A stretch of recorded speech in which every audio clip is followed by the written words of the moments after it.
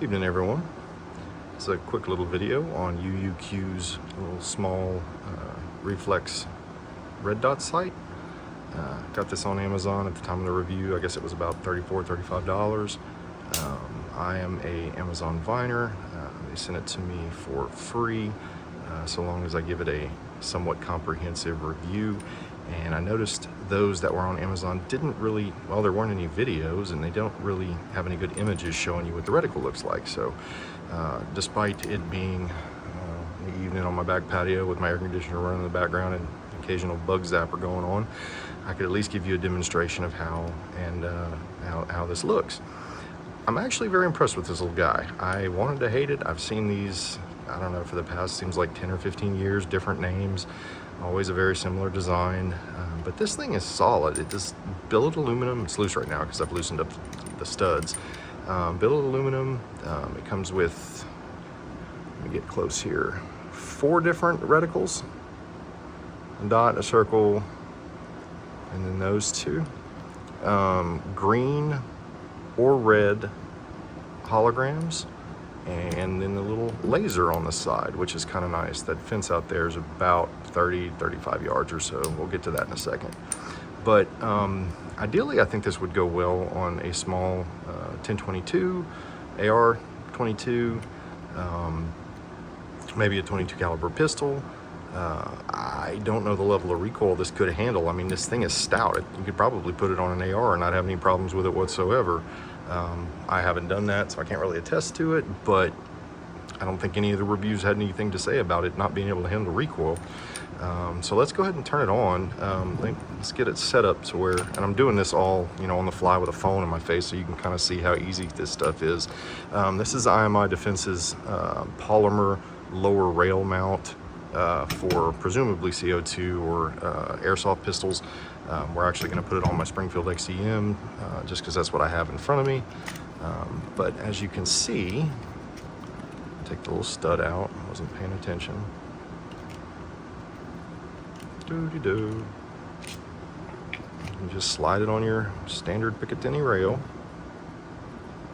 Again, I'm doing this with a phone stuck in my face, so please be patient with my fumbling thumbs.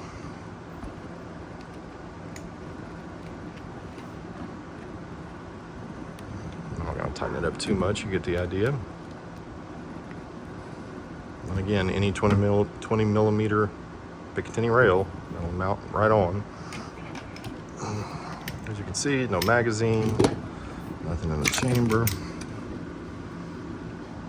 And I do have a separate review for this little polymer rail mount, but in any event, it mounts on your lower rail. Just go in the little Picatinny grooves. It mounts up very tight and very sturdy, but here's the problem with the mount. As far as a full-size 40 caliber, I just don't know that something that flexes that much would do well with a full-size handgun. I think it would be fine on an airsoft pistol, a CO2 pistol, or even a 22, but something that's going to give recoil. I mean, it's obviously going to flex. I don't know that it would keep or even return to 0 with that level of flex. But in any case, it's a neat concept, and I might even take it to the range and put a few rounds through it just for fun. Now, they do make these in aluminum alloy. They run about anywhere from $100 to $150. I just don't know that you can mount anything to a polymer rail and expect the performance that you would if you put a real holograph sight on the back of your slide, as John Moses Browning intended. I don't really know, I just threw that out there. But in any case, this is what you came for, so let's turn it on and have some fun. Comes with this little rubber cap. I don't think this is gonna hold up well. It's already started to tear just a little bit, but it does give it good protection. It's nice thick rubber. Now, I'm doing this at night, so you can kind of see the laser. The intensity, well, let me do the batteries first. CR 2032 battery. The laser has a separate 3.7 volt camera battery. Yes, I'm going to be pointing my gun at my little dog over there. She's fine. Let's see, let's put it on red, and we'll put it on the lowest setting since it's nighttime. Actually, let's go green first, since you're going to see the laser too. Okay, got it on the lowest setting. If you look down the bore, isn't that cool? I mean, look at that. And that's just one of the reticles. Let's see, we're gonna turn it on the little dot, flip it over here. Nope, wrong way, sorry. Well, yeah, let's show you the different reticles. Let's see if I can get in close. So that's the little circle. And there is a glare behind me. I've got one of those shop lights behind me that's throwing a glare on the glass. You don't see that at all during the day, so it's not the best example. But let's move to that one and that one. That would be really good for really quick close quarter stuff. Just acquire and fire. There we go, that's the dot. Now here's the cool thing. If you turn the laser on, I haven't sighted this in, but look, see, there's your hologram. You swing it over here, boom, there's your laser. Hologram, laser, whack, whack. That's just cool. So, I mean, you can already tell it co-witnesses very well. Speaking of co-witness, there's one neat thing about this IMI defense is high enough that you can actually see your irons.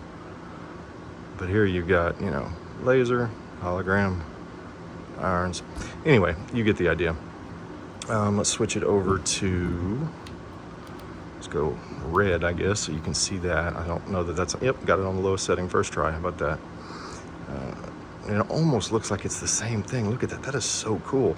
Anyway, you can imagine this on a 1022 or an AR or you know, pellet rifle. This thing would just be a blast to shoot, and it's $35. I mean, how can you go wrong with that?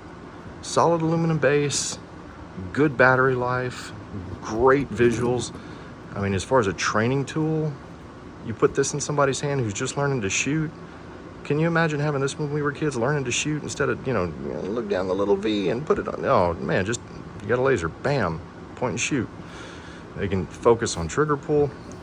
Anyway, I'm really impressed with this thing. I think I am gonna take it to the range and actually shoot this after I, you know, obviously put the screws in and mount it up, you know, correctly. But I mean, that's just a blast. Now, what I really want to do, let's take it off of here. Like I said, I don't know that I'd trust this if I actually had an AR or something that I'm gonna have for self-defense. As far as, you know, my primary optic, I would feel really weird about spending $35 and hoping it works out. I think I'd have to go a little bit high dollar.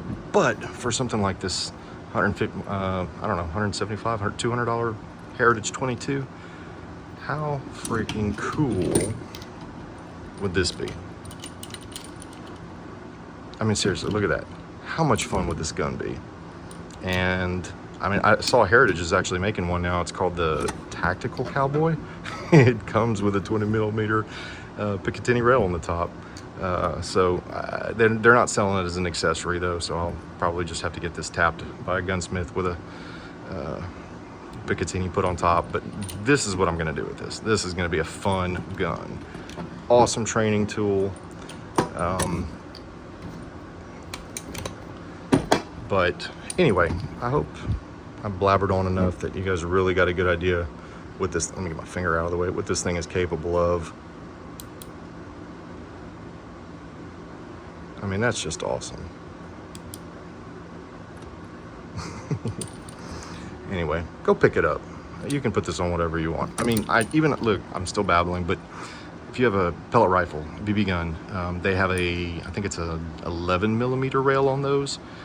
Spend $7 or $8, pick you up one of those adapters that goes from 11mm to 20mm, and then throw this on there. How much fun would a BB gun with this thing on it be? How much fun would a budget AR with this thing be? 1022. It's amazing. $35. Go get you one. These are great. These are fantastic. Anyway, later.